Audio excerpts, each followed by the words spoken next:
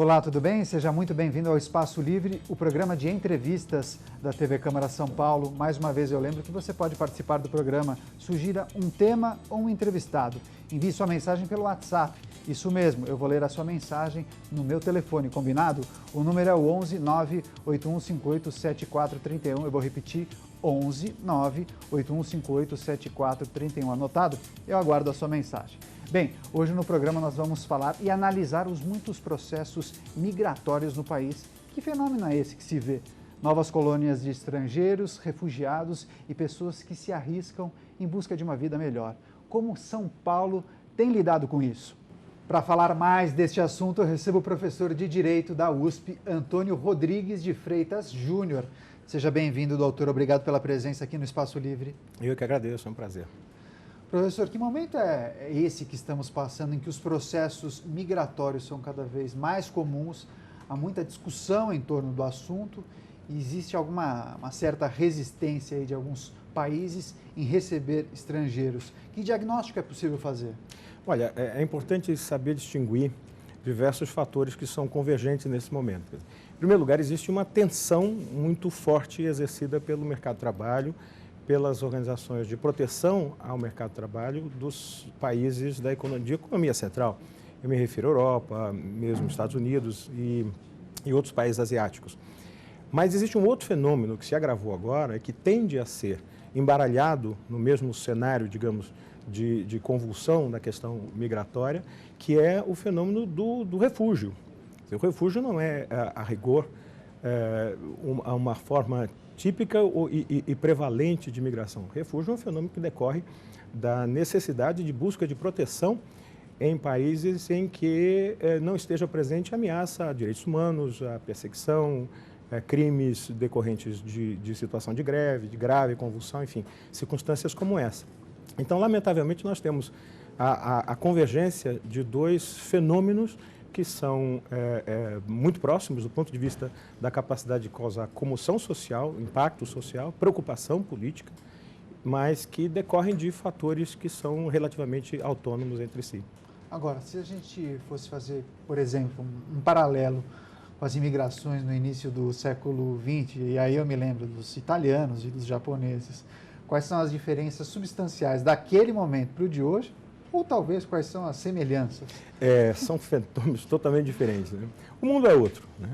O mundo é outro, o mercado de trabalho é outro, as oportunidades são outras. Mas o que é característico daqueles fenômenos migratórios foi que o governo brasileiro, o Estado brasileiro, por intermédio de ações de governo, foi em busca da atração, de atrair fluxos migratórios, né? De tal modo que eles pudessem fazer frente à demanda por mão de obra. Porque não nos esqueçamos que o Brasil foi um dos últimos, se não o último país a abolir definitivamente a escravidão negra naquelas circunstâncias. Então, precisava de mão de obra. Precisava de mão de obra. Então, o Brasil foi em busca. E, por outro lado, alguns países passaram por situações de comoção política, econômica, enfim. Para esses países, como, por exemplo, a Itália, havia uma certa propensão, uma certa disposição para fazer parcerias, para anuir com a intenção do governo brasileiro, no sentido de fazer com que esses fluxos migratórios fossem estimulados. Enfim, tudo conspirava favoravelmente à existência desses fluxos. E embora, é preciso dizer, o Brasil tem uma autoimagem de um país extremamente receptivo, generoso. Aliás, nós temos essa autoimagem. Eu quero falar disso daqui a pouco. O brasileiro é cordial, o brasileiro é generoso, o brasileiro não discrimina, o brasileiro não bate na mulher. Enfim, o brasileiro tem essas características que nós queremos acreditar que tenha.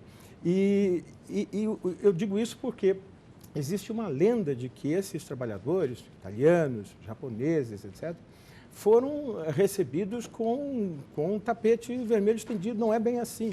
É importante registrar que sofreram muita discriminação, tiveram dificuldades decorrentes da própria, da própria escassez resultante das circunstâncias que os trouxeram para cá, como também da circunstância aqui de que eram tratados, digamos assim, sob o jugo de uma cultura autoritária de relações de trabalho, que decorria, obviamente, da maneira brasileira de organizar, de conduzir os seus trabalhadores. É cultura, evidentemente, de escravidão.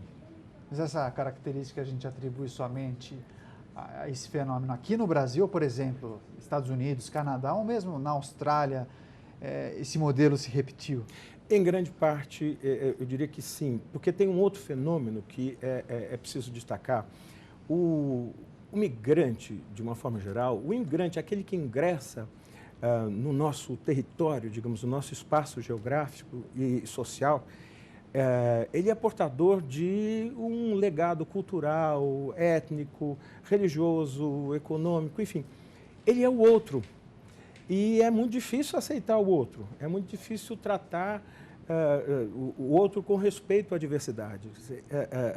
Enxergar o outro como um parceiro potencial, enxergar o outro como alguém que deve ser bem-vindo, porque vem a acrescentar e não subtrair, que vem enfim, a ficar ao nosso lado e não contra nós, é um exercício, digamos, de respeito, de engrandecimento de direitos humanos. E essa digamos assim, a grande questão, a grande chave dos direitos humanos. Respeitar a diversidade, respeitar o outro, respeitar a ideia de tolerância que está subjacente a isso, né? Quero retomar um assunto, você bem observou, que a gente sempre escuta falar que o brasileiro é um povo hospitaleiro, acolhedor e tudo mais. Mas é isso que a gente tem visto na prática? Porque eu me lembro de alguns programas que eu fiz em que alguns populares reclamavam que alguns postos de saúde na região do Bom Retiro, do Brás, praticamente só atendiam os bolivianos e também outras mães de alunos reclamando que os bolivianos estão tomando todas as vagas das escolas municipais, enfim. Faço o que eu digo, não faço o que eu falo. Veja uma coisa interessante. Se somarmos todos os imigrantes que estão atualmente no Brasil, entre imigrantes propriamente, refugiados, etc., nós temos, segundo estatísticas que são sempre muito questionáveis, mas temos uma ordem de grandeza que não chega a 1% da população economicamente ativa do Brasil. Portanto, ao contrário de outros países em que a proporção entre imigrantes e a população economicamente ativa digamos, bastante acentuada, pronunciada, no Brasil esse fenômeno quantitativamente não deveria gerar esse tipo de resistência. Mas tende a crescer, né? Tende a crescer substancialmente. Os números têm se multiplicado em pouco tempo. Em números totais ainda não assusta, como o senhor bem observou. Não assusta por enquanto, claro que ele preocupa na medida em que é preciso termos políticas para recebê-los, né? E atitudes para recebê-los. Isso demanda um exercício de capacitação, enfim, de desenvolvimento de mecanismos não apenas de hospitalidade, como também de colocação, enfim, seleção, qualificação, sim, treinamento e tudo mais. Mas, enfim, não é algo que quantitativamente deveria nos assustar. E por que assusta? Porque assusta porque é diferente. Porque assusta porque surpreende. Surpreende por quê? Surpreende porque é diverso, surpreende porque é o outro. Né? E nós não somos instintivamente, culturalmente, sim, treinados a aceitar o outro e receber o outro como sendo um outro semelhante a nós mesmos, né? Isso é preciso destacar. E também é relevante destacar um outro aspecto. Nós temos algumas áreas de insuficiência de políticas sociais. Temos insuficiência no sistema de saúde, temos insuficiência no sistema educacional. Enfim, nós temos carências. A população se questiona? Poxa, se não nos atende... É mais fácil ver o outro como sendo a causa da insuficiência. Porque quando que, na verdade, nós temos insuficiências decorrentes da própria incipiência da política social brasileira, né? Não foi o boliviano, não foi o haitiano, não foi o sírio, nem o colombiano que ocuparam as escassas vagas do nosso sistema educacional, né? Então, temos que saber diferenciar. Mas é claro que a percepção, muitas vezes, movida pela exclusão, pelo sentimento de exclusão, pelo sentimento de falta de oportunidades, é outra, né? Professor, como o senhor viu a posição da presidente Dilma Rousseff em relação aos refugiados? A declaração, inclusive, foi na contramão de muitos países europeus. Foi. Eu tenho a convicção de que a presidente agiu muito bem por ter reiterado a política de Estado do Itamaraty, a política do Estado brasileiro de acolhimento dos imigrantes e, sobretudo, do acolhimento de populações que são vítimas de situações tais que nos fazem abrir para o refúgio. São, nesses casos, especificamente da presidente Dilma, são casos típicos de refúgio, né? O Brasil continuou andando muito bem nessa agenda. As nossas dificuldades são de outra ordem. Né? Ok. Agora, e voltando ao caso, o senhor mencionou o caso dos haitianos. Que diagnóstico é possível fazer? Existe um comportamento xenófobo velado, digamos? Ou é um exagero? Eu diria que é muito pouco velado, é bem explícito. O que vemos, tem piadas de haitianos, tem enfim, atitudes de receio de haitianos.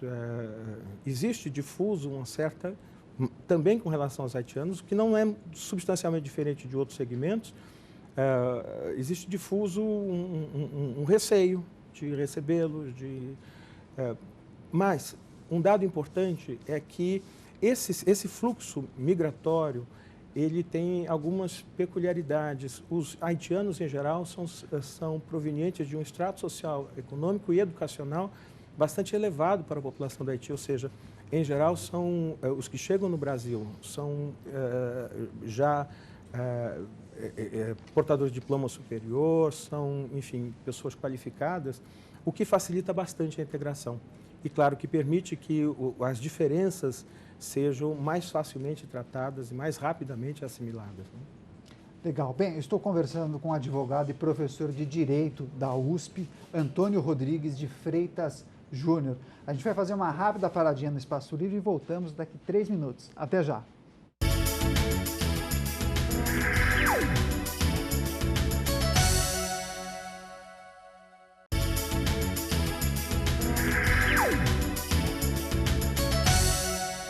Olá, estamos de volta com o Espaço Livre e hoje falando de imigração. Comigo no programa, o advogado e professor da USP, Antônio Rodrigues de Freitas Júnior.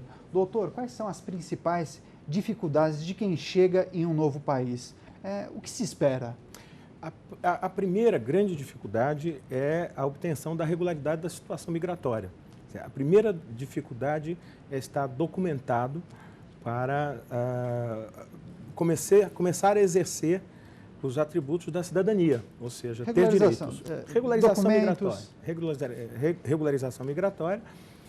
Agora, é preciso ter presente que a imigração, em geral, ela não é fruto de a não ser excepcionalmente, né? A regra do imigrante é estar em busca de oportunidades. Oportunidades de trabalho, oportunidades de emprego. E essas oportunidades estão cada vez mais escassas, inclusive para os nacionais. Consequentemente, a segunda grande dificuldade, que está associada à primeira, é obter regularidade migratória com vistas à possibilidade de obtenção de uma atividade econômica regular. Algumas empresas têm contratado estrangeiros, só que alguns desses estrangeiros recebem bem menos do que os brasileiros. É quase uma atividade análoga à escravidão. Na prática, é isso que tem acontecido? Olha, nós temos o problema da redução à condição análoga de escravo, que é um problema sério, um problema indiscutivelmente grave, relevante, precisa ser tratado.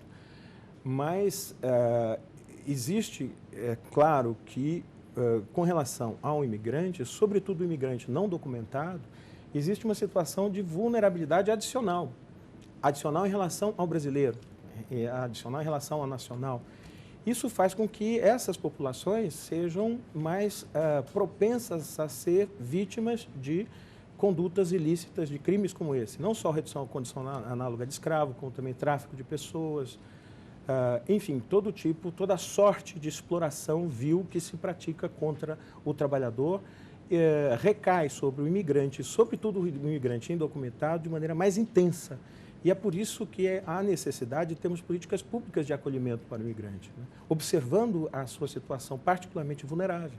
O que é interessante notar, nós temos pesquisado isso na universidade, é interessantíssimo notar que mesmo aqueles imigrantes que ingressam no Brasil com situação regular plenamente resolvida, por exemplo, aqueles provenientes dos estados do Mercosul, Chile e Bolívia, com os quais nós temos tratado de livre residência, são, portanto, pessoas que bolivianos, são, portanto, pessoas que poderiam ingressar e exercer atividades, não apenas residir, como exercer livremente atividades profissionais e econômicas no Brasil, são, entretanto, estatisticamente mais vulneráveis e, consequentemente, são alvo de exploração desse tipo. Nós temos diversos casos de bolivianos vitimados por situação de tráfico, situação de redução à condição análoga de escravo, sendo que eles estão, portanto, do ponto de vista jurídico, do ponto de vista legal, plenamente vulneráveis, então, plenamente regulares. Portanto, o problema da vulnerabilidade do imigrante precisa ser olhado com uma perspectiva um pouco mais atenta do que com os trabalhadores, em geral,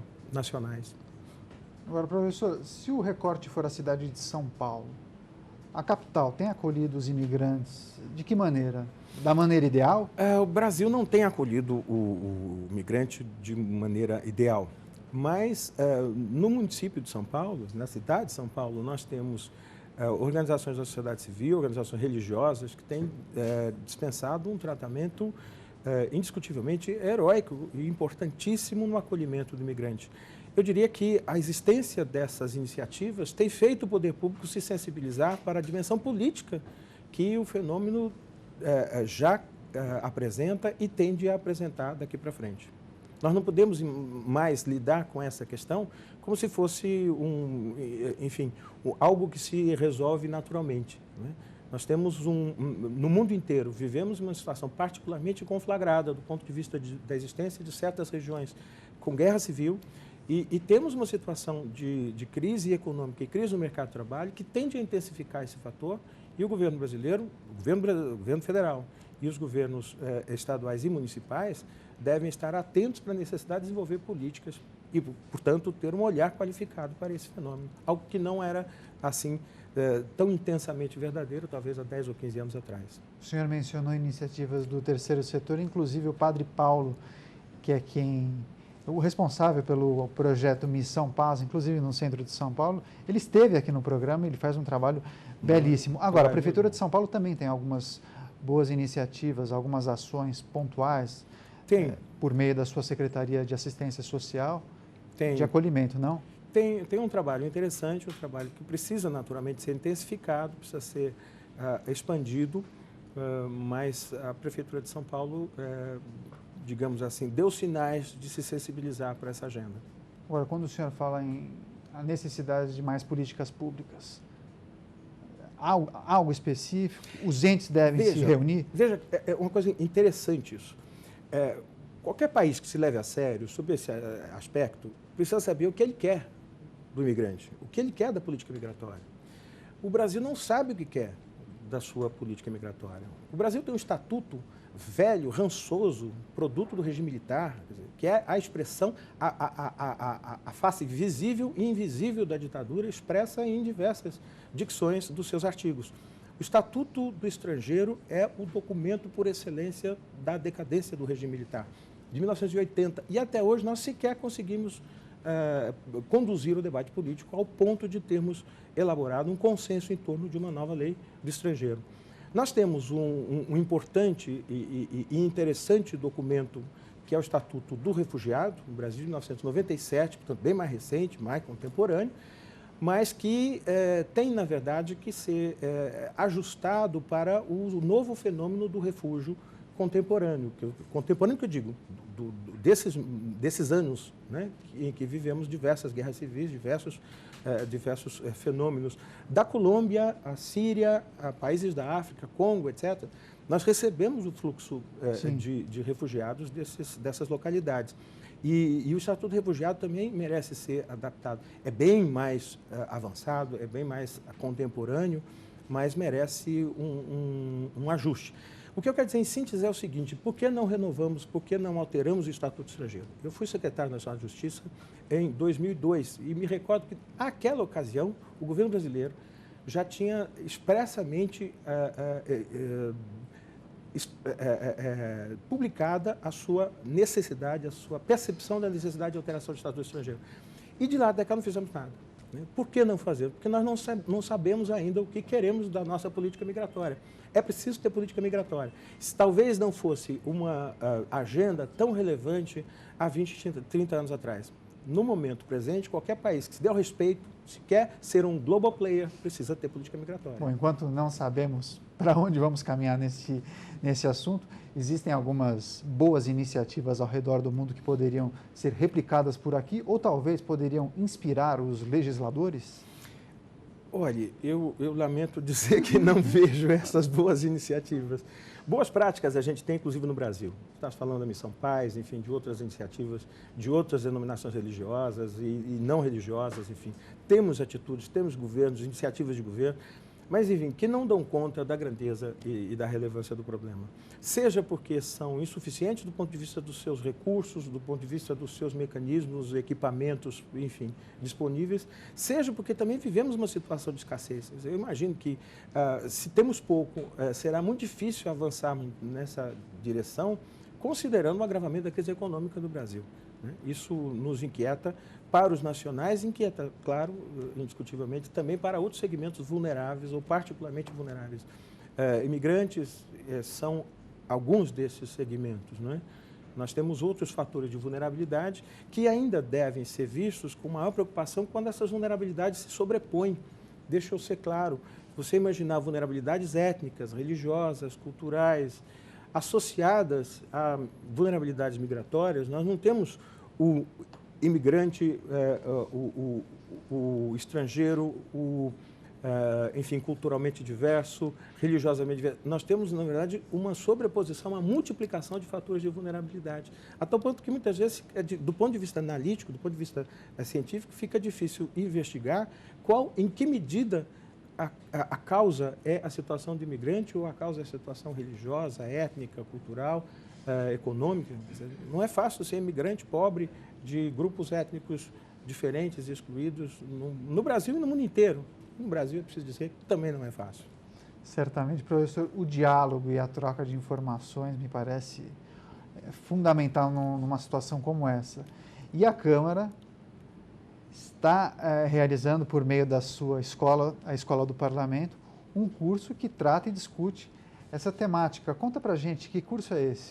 Esse é um curso para o qual a gente devota assim, um grande carinho. A primeira versão do curso foi no dia 10 de dezembro do ano passado, exatamente, propositalmente, o Dia Internacional dos Direitos Humanos.